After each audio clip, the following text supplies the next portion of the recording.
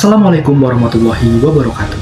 Pada kesempatan ini, saya Rizky Arifaldi Irawan dari kelas 2A Prodi D3 Reka Medis dan Informasi Kesehatan, jurusan Reka Medis dan Informasi Kesehatan. Untuk memenuhi tugas Pendidikan Budaya Anti Korupsi, pada kesempatan ini saya akan membawakan sedikit sebuah informasi tentang korupsi dan bagaimana jenis korupsi tersebut. Berikut informasinya. Kalian tahu tidak soal kasus korupsi yang gempar akhir-akhir ini mengenai korupsi timah 271 triliun? Nah, salah satu tokoh yang terlibat dalam kasus ini adalah Harvey Moise, suami dari aktris Sandra Dewi.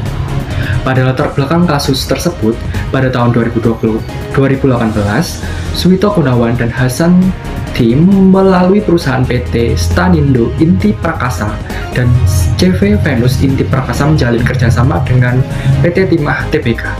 Kerjasama ini mencakup sewa peralatan peleburan timah, namun dalam praktiknya terjadi penambangan timah ilegal di wilayah usaha izin pertambangan milik PT Timah Tbk. Nah, Harvey Moise ini diduga menjadi terlibat menggunakan dana corporate social responsibility yang disalurkan melalui perusahaannya PT Quantum Skyline Exchange untuk menutupi aksi ilegal tersebut. Kasus ini semakin berkembang ketika Harvey Moise didakwa merugikan negara hingga 300 triliun dalam pengelolaan tata niaga PT Timah Persero Tbk. Pada sidang yang berlangsung, ia dituntut 12 tahun penjara dan diwajibkan membayar uang pengganti sebesar 210 miliar. Namun, Harvey Moise mengatakan bahwa ia tidak pernah menikmati uang sebesar 271 triliun yang disangkakan kepadanya. Analisis kerugian yang menjadi perdebatan mengenai besaran kerugian yang ditimbulkan, beberapa ahli berpendapat bahwa kerugian tersebut tidak hanya mencakup kerugian finansial negara, tetapi juga kerugian lingkungan akibat aktivitas penambangan ilegal.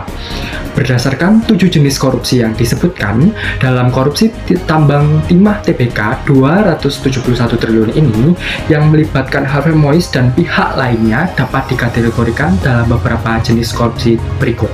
Yang pertama adalah termasuk dalam jenis korupsi transaktif, yaitu korupsi yang terjadi karena kesepakatan antara pembeli dan penerima suap di mana kedua belah pihak sama-sama mendapatkan keuntungan. Dalam kasus ini terjadi ketika kerjasama ilegal antara pihak swasta Harvey Moise dan perusahaan tambang ilegal dengan pihak yang memiliki kewenangan dalam pengelolaan pertambangan timah.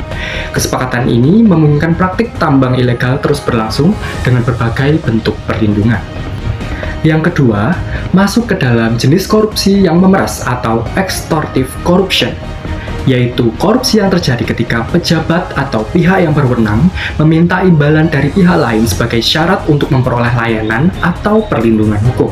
Dalam kasus ini ada indikasi bahwa pihak-pihak yang mengelola tambang timah ilegal memberikan sejumlah uang agar kegiatan ilegal mereka tetap berjalan tanpa gangguan dari pihak berwenang. Dan yang terakhir, korupsi investif atau investive corruption. Dalam korupsi yang dilakukan dengan tujuan membangun hubungan baik dengan pihak berwenang agar mendapatkan keuntungan di masa depan. Pada kasus ini, Harvey Moise dan rekan-rekannya diduga menggunakan dana CSR untuk mendapatkan citra positif dan melindungi kepentingan bisnisnya di sektor pertambangan. Pada tingkatan pidana dalam kasus ini berdasarkan UU nomor 31 tahun 1999 tentang pemberantasan tindak pidana korupsi. Pertama, Harvey Moise dituntut 6 tahun 6 bulan penjara. Yang kedua, dikenakan denda sebanyak 210 miliar. Dan yang ketiga, kerugian negara akibat kasus ini diperkirakan mencapai 271 triliun. Modus operandi dalam kasus ini adalah 1. Penyalahgunaan izin usaha, 2. Manipulasi dokumen, 3. Kolusi dengan pejabat, 4. Penyelundupan hasil tambang, 5. Penggunaan perusahaan cangkang, dan 6. Pencucian uang. Kesimpulan pada kasus ini menunjukkan bagaimana praktik korupsi dapat terjadi secara sistematis dengan keterlibatan banyak pihak, termasuk pejabat, pengusaha, dan perusahaan swasta. Kasus korupsi tambang timah ini menyoroti kompleksitas dalam pengelolaan sumber daya alam di Indonesia dan pentingnya penegakan hukum yang lebih tegas untuk mencegah kerugian negara dan kerusakan lingkungan di masa depan. Demikian informasi yang dapat saya sampaikan, kurang lebihnya saya mohon maaf. Terima kasih, semoga bermanfaat. Wassalamualaikum warahmatullahi wabarakatuh.